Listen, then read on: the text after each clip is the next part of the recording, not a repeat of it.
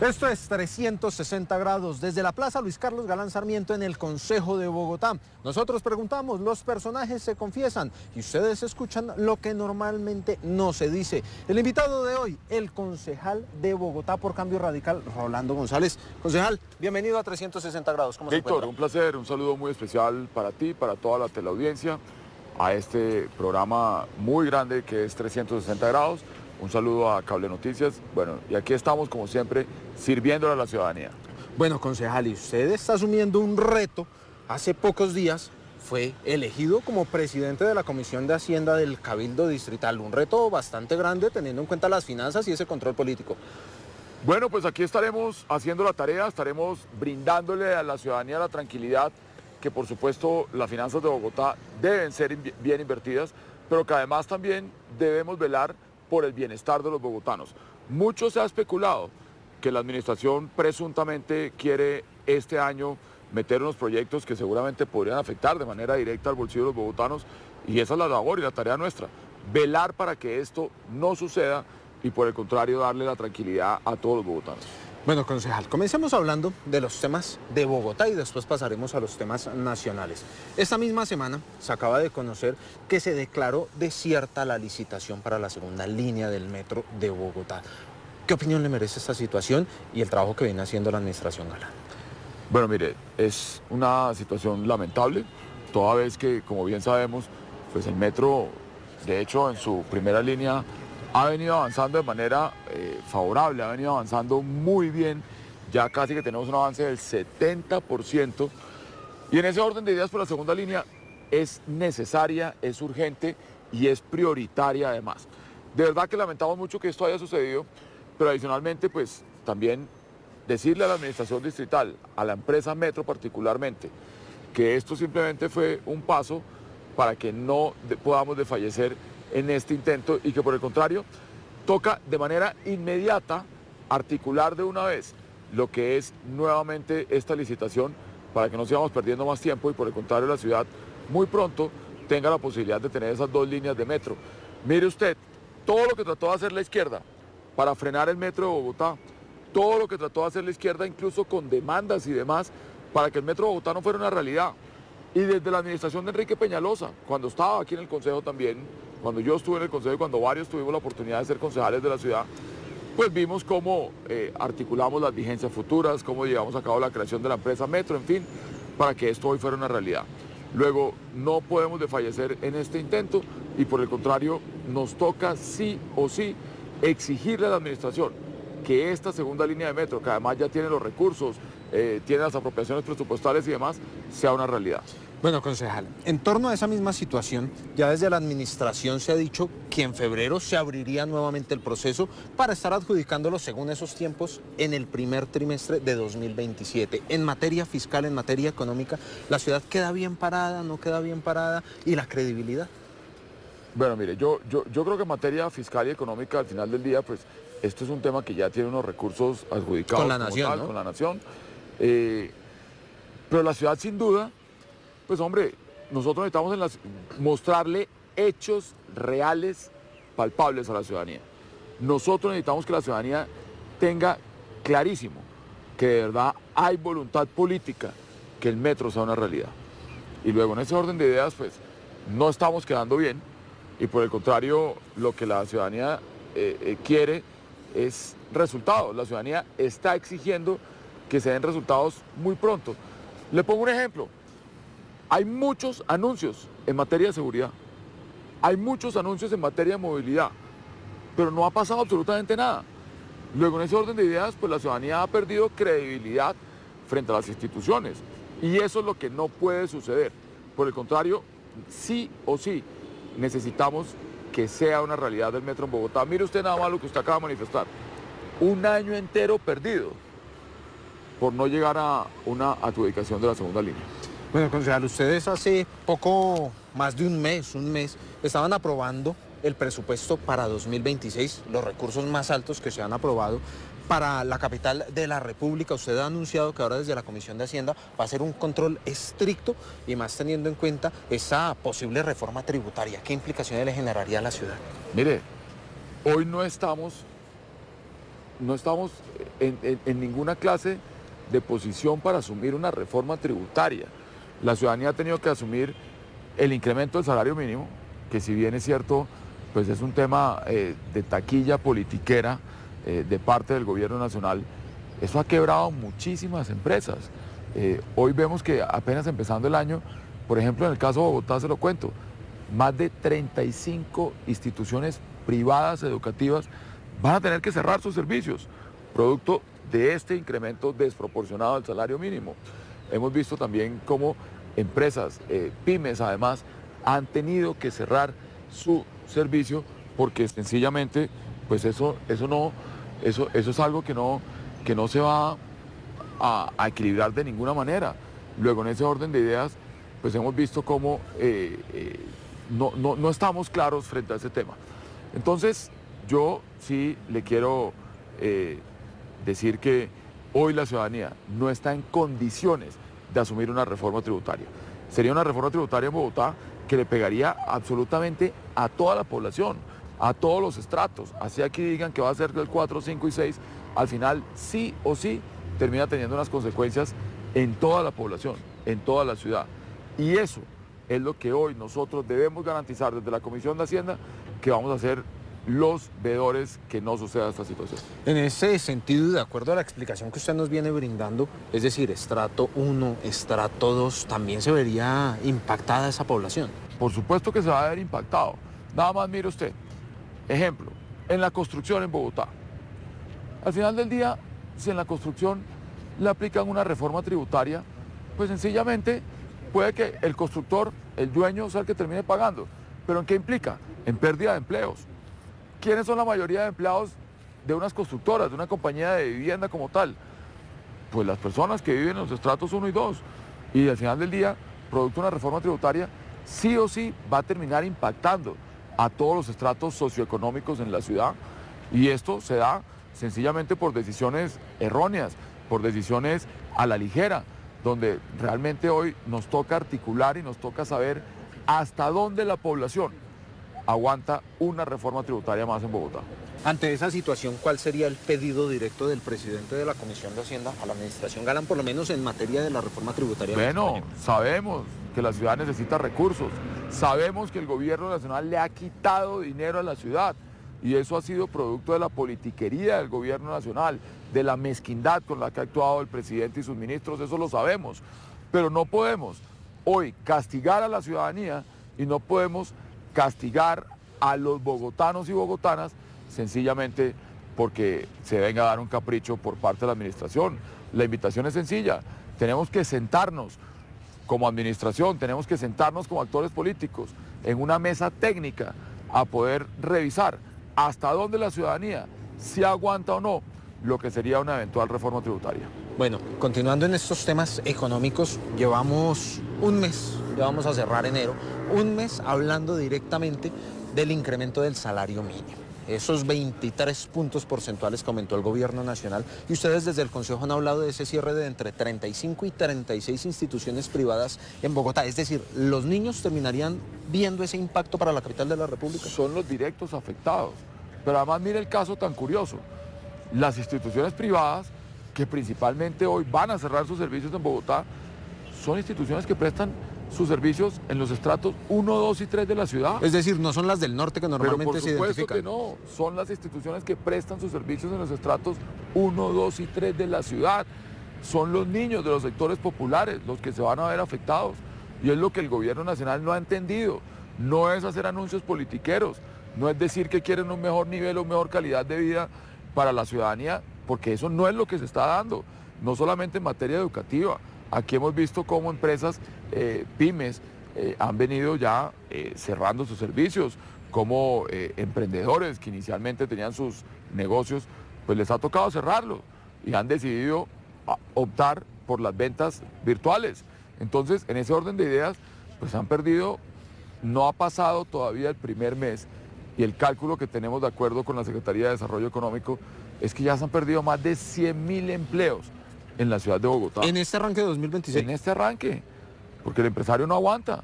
No solamente es el incremento de 23 puntos en el salario mínimo, es el incremento, por supuesto, en las declaraciones tributarias en materia de la DIAN, es el incremento, desde luego, de prestaciones sociales de estos funcionarios, de estos empleados. La ciudadanía hoy no está en condiciones, el empresariado, de asumir una carga tributaria adicional, cuando hemos visto que este gobierno prácticamente acabó con el tejido productivo y social de la ciudad. Bueno, le voy a dar la vuelta ya al asunto. Venimos hablando de temas económicos, por supuesto, de usted como presidente de la Comisión de Hacienda, pero un tema que es fundamental para los bogotanos, la seguridad. ¿Qué análisis se puede hacer en estos 2 años que ya completa la administración Galán? Y va por mitad, quedan ya 2 años y por ahora la crítica más grande es que no se ha hecho nada. Mire, yo tengo que decirle algo. El secretario de Seguridad ha sido una persona que ha tratado de hacer una labor. Ha articulado con la policía lo que ha estado a consideración. Pero aquí no podemos desconocer algo. Por mucho que la administración distrital también quiera hacerlo, necesita que el gobierno nacional le dé unas herramientas. El pie de fuerza en la ciudad depende del gobierno nacional. Y aquí hemos visto que en lugar de incrementarlo, lo que han hecho es una reducción ostensible de los policías en Bogotá. Aquí antes teníamos un policía por cada 10.000 habitantes. Hoy debemos tener uno por cada 15.000 habitantes. No es ni siquiera la media que existe a nivel mundial. Luego, en ese orden de ideas, pues por supuesto que hemos tenido esas vicisitudes que hemos tenido que enfrentar, pero eso no es óbice, ni tampoco es excusa para que la administración distrital no haya hecho lo pertinente, por lo menos en inversión de tecnología en materia de seguridad. Aquí hay unas cámaras de videoseguridad que no funcionan en la ciudad, pero adicionalmente no hemos visto la implementación de drones de vigilancia en la ciudad y no hemos visto la implementación además de esos artículos de reconocimiento facial en la ciudad que le podrían dar, por supuesto, unas herramientas adicionales y unas herramientas mejores a las autoridades. Luego, en ese orden de ideas, pues a la administración distrital le ha faltado mucho por invertir, a la administración distrital le ha faltado mucho por articular en materia de políticas públicas en seguridad en la ciudad. Y hoy es un llamado que le hacemos al alcalde Carlos Fernando Galán. Recuerde usted, señor alcalde, que usted se eligió con las banderas de la seguridad, se eligió con su lema Bogotá Camina Segura. Y hoy vemos que todos los días en la ciudad hay atracos en semáforos, vemos que hay atracos en centros comerciales, inclusive hay atracos en las casas de los ciudadanos. Yo fui víctima de un atraco en la puerta de mi casa, Luego, en ese orden de ideas, pues sí nos hemos visto rezagados en materia de seguridad en la ciudad y necesitamos tener resultados urgentes y contundentes. De lo contrario, la ciudadanía no va a creerle a quien venga otra vez acá a venderse con esa bandera que se acabó la inseguridad en Bogotá, porque hemos visto que en esta administración no hemos articulado de manera coherente y no hemos articulado de manera estricta lo que hoy debería existir en materia de seguridad, por lo menos en tema tecnológico. ¿Se puede decir que el gobierno nacional está castigando a Bogotá? El gobierno nacional está castigando a las grandes ciudades del país, a las ciudades que no son afectas a su proyecto político populista, las ha venido castigando. Pero aquí tengo que decirle, otras ciudades, hoy hemos visto que por lo menos en materia de seguridad han logrado tener unos resultados diferentes, a pesar del castigo del gobierno nacional. Y es lo que pedimos acá, mano fuerte contra esa delincuencia que día a día nos ha venido haciendo daño en la ciudad. Bueno, concejal Rolando González, vamos a dejar de lado Bogotá y vamos a hablar de los temas nacionales. Estamos ya en pleno año electoral, al cierre del año electoral. Y como aquí se dice lo que normalmente no se dice, y nosotros preguntamos si ustedes se confiesan, pues comencemos hablando de Germán Vargas Lleras. Usted como integrante de Cambio Radical, ¿Germán Vargas Lleras llega o no llega a la contienda presidencial? Se lo hemos pedido de todas las formas a Germán Vargas Lleras que sea el candidato presidencial. Hoy este país está en una polarización totalmente de extremos. Estamos en el peor de los escenarios. O es un extremo muy a la derecha, o es un extremo totalmente radical hacia la izquierda. Si bien es cierto que Germán Vargas pues tiene una afinidad muy grande con todo lo que es el capitalismo, el tejido productivo en el país, todo lo que tiene que ver con temas de infraestructura, en fin, no deja de serlo que también es una persona que tiene todo el conocimiento en materia social en el país, tiene todo el conocimiento que hoy necesita este país para poder sacar adelante temas sociales, temas de educación, temas de infraestructura, en fin, y por supuesto que tiene muchas afinidades con la política de centro derecha en este país. Sería una gran solución que pudiera Germán Vargas darnos esa satisfacción de verlo en la arena como candidato. Que lo vaya a hacer, pues en algunas oportunidades ha manifestado tener la intención, en otras pues no sabemos finalmente qué decisión vaya a tomar, pero sí le pedimos nuevamente. Yo el año pasado lideré con todos los concejales del país de Cambio Radical y además con los diputados a la Asamblea también de Cambio Radical en diferentes departamentos del país, lideramos una misiva donde le pedimos a nuestro líder natural, al ex vicepresidente Germán Vargas, que asumiera las riendas de nuestro partido y fuera nuestro candidato presidencial. Seguramente hoy estuviéramos marcando muy bien en las famosas encuestas, que usted ha visto, sin ser candidatos, sin hacer anuncios de absolutamente nada, marca Germán Vargas en estas encuestas. Lo que quiere decir que el país sí tiene la fe, sí tiene la voluntad de poder acoger a un líder como es Germán Vargas como candidato. Si no llega Germán Vargas, en el partido, ustedes ya han hablado, han mirado alguna posibilidad de alianzas con los precandidatos que ya hay. Aún no se ha mirado y por supuesto que en caso de que él no llegue a ser candidato, pues es el líder natural del partido. Será pues quien al final, seguramente en una decisión consensuada con miembros de la bancada, pues tomará una decisión y nos tocará acompañar esa decisión. Pero le seguimos pidiendo, le seguimos insistiendo que sea nuestro candidato presidencial. Bueno, estamos en año electoral, ya hablamos de Germán Vargas Lleras, sin embargo, la polarización continúa. Esta misma semana, el registrador nacional dio a conocer que se va a tener un solo tarjetón para la consulta del 8 de marzo. Esto ya ha generado diferentes reacciones porque aseguran que va para los extremos y no para el centro. ¿Usted qué analiza de esta situación? Yo creo que eso no puede ser. O sea, no le pueden poner en una tarjetón a usted todos los candidatos de las consultas de izquierda con las consultas de derecha, con las consultas de todo. Y por el contrario, pues la gente tiene que tener la posibilidad de poder elegir cuál de ellas quiere simplemente marcar. Además que eso también puede generar en algún momento dado, pues no solo una confusión, puede generar en algún momento dado un sesgo, porque toda vez que cuando usted entrega un tarjetón con todo eso, pues al final la gente termina marcando lo que quiere y eso mismo que marcan, seguramente sin querer hacerlo, va a incidir en lo que van a votar a Congreso. Bueno, en cuanto al año electoral, la polarización, Germán Vargas y este tarjetón, ¿usted considera que el país en este momento en qué se encuentra? ¿En una crisis, en una división aún más profunda de la que se conoce en la percepción del ciudadano? ¿Cómo puede usted resumir la administración Petro? Mire, aquí estamos en una crisis, no solamente una crisis política. Hemos visto cómo es algo totalmente absurdo. No sé si es que el presidente, pues, de pronto, producto de sus largas jornadas de sueño, no se da cuenta que, pero mire, no puede ser posible que en un gobierno se denuncie un ministro con otro, se denuncie un funcionario con otro. En los consejos de ministros vemos cómo es un enfrentamiento, una batalla campal entre los miembros del gobierno. Entonces no solamente estamos en una crisis política, estamos en una crisis también social supremamente profunda en el país. Y esto ha conllevado desde luego a una crisis en materia económica, a una crisis en materia fiscal, a una crisis absolutamente donde hemos visto, si usted comparativamente observa hoy el país versus a lo que estábamos hace 3 años, hoy tenemos por lo menos 500 empresas que se han ido de Colombia. Y eso, pues desde luego ha generado un golpe muy duro en materia de empleabilidad, ha aumentado la informalidad en el país, y la brecha social que hemos visto, pues es desproporcionada. A raíz de esa situación, el decreto de emergencia económica. Estas últimas 2 semanas se ha hablado de una rebelión de los gobernadores. Eso continuará generando ese impacto para fomentar la informalidad, para fomentar la ilegalidad y serían efectos de esa administración.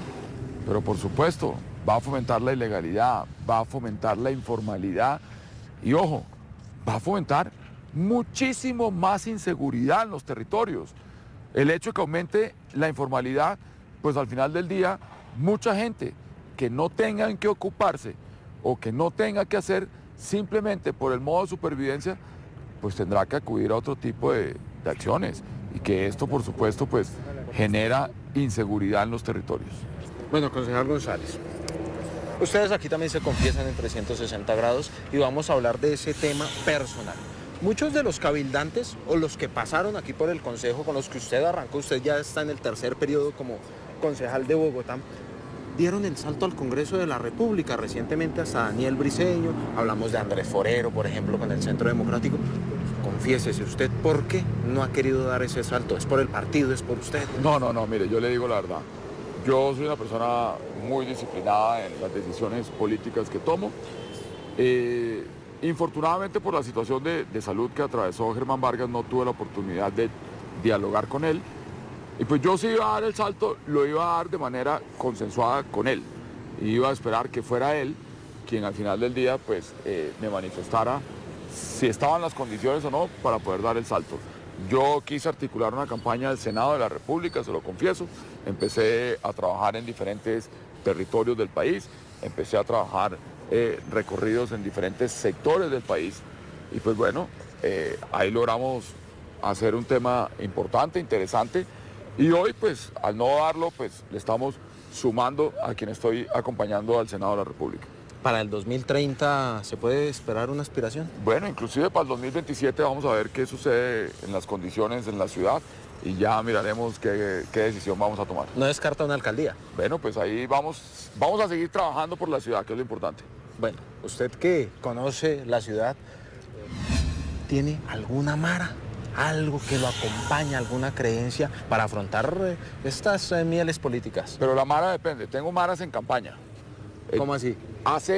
Desde el año 2015, cuando estoy en campaña, uso los mismos jeans siempre. ¿Siempre va con ellos? Siempre voy con ellos. Esa es una mara que tengo en campaña. Y una mara que tengo ya en mi vida personal, por ejemplo, cada vez que salgo de viaje tengo que llamar a mi mamá antes de que el avión despegue, o cuando aterrice igualmente. Y bueno, una mara ya de mi vida que me ha acompañado en la ciudad, a pesar de que tiene una muy corta edad. Mi hija tiene 4 añitos y es la persona que pues, a mí me ha dado vida, me ha dado ánimo y por supuesto, cada vez que está conmigo en territorios y todo, es un éxito la jornada. ¿Cómo toma la familia este ambiente político? Porque son divisiones, son choques, es trasnochar muchas veces. ¿Cómo lo toman? Muchas veces nosotros nos toca sacrificar ese tiempo de familia. Muchas veces no, nos toca sacrificar ese tiempo de familia. Nos toca restarle tiempo a los hijos para poder dedicárselo a esto, a las comunidades. Y particularmente en nuestro caso, pues yo así no esté en campaña, trabajo todos los días del año. Regularmente cuando yo salgo del Cabildo, lo que hago es que me voy hacia una localidad, atiendo mesas de trabajo y en el mes, 2 sábados al mes, cuando no estamos en época de proselitismo electoral, 2 sábados al mes, hago mi labor comunitaria y social. Es decir, usted ya tiene una rutina implementada. Yo tengo mi rutina implementada, la he tenido desde hace ya 11 años y por supuesto cuando estamos en campaña pues modifica totalmente, pero no estando en campaña yo trabajo todos los días en la semana y 2 sábados al mes. Bueno, ahí es donde tiene que sacarle ese tiempo a la familia. Ahí es donde hay que sacarle tiempo a la familia, pero si uno también no lo hace, si uno deja de asistir a las comunidades, deja de estar presente con la gente, pues la gente al final se lo terminan castigando. Concejal Rolando, para comenzar ya a cerrar 360 grados, ¿qué esperar de Rolando González, el cabildante, el presidente de la Comisión de Hacienda, para los bogotanos en estos últimos 2 años? Bueno, lo que pueden esperar es mucho trabajo, mucha voluntad, muchas ganas y por supuesto la intención de hacer las cosas lo mejor posible. Lo que pueden esperar es honestidad y por supuesto lo que pueden esperar es que vamos a cuidar sí o sí la inversión en Bogotá y vamos a cuidar sí o sí el bolsillo de los bogotanos. No vamos a permitir esas reformas lesivas que le hagan daño y golpeen de manera directa el bolsillo de los bogotanos. ¿Qué decirles a los colombianos que van a salir a las urnas en marzo y en mayo? Decirle a los colombianos que lo hagan de manera libre, que lo hagan tranquilos, que no se sientan presionados y además que lo hagan de manera coherente, que revisen y analicen cómo estamos el día de hoy versus a cómo estábamos hace 4 años. Concejal Rolando González, ha sido usted muy amable por acompañarlos. Espero que la haya pasado bien. Bueno, Víctor, muchas gracias, súper bien, fascinado con 360 grados y por supuesto que estaremos dando todos nuestros 360 grados para servirle a la ciudad. Eso es lo más importante, concejal. Muchísimas gracias por acompañarnos. El concejal de Bogotá por Cambio Radical, Rolando González, que nos acompañó en esta emisión de 360 grados. A ustedes la invitación para que nos acompañen dentro de 8 días con otro personaje. También para que puedan seguirnos en nuestras redes sociales y revivir los mejores capítulos en nuestro canal de YouTube.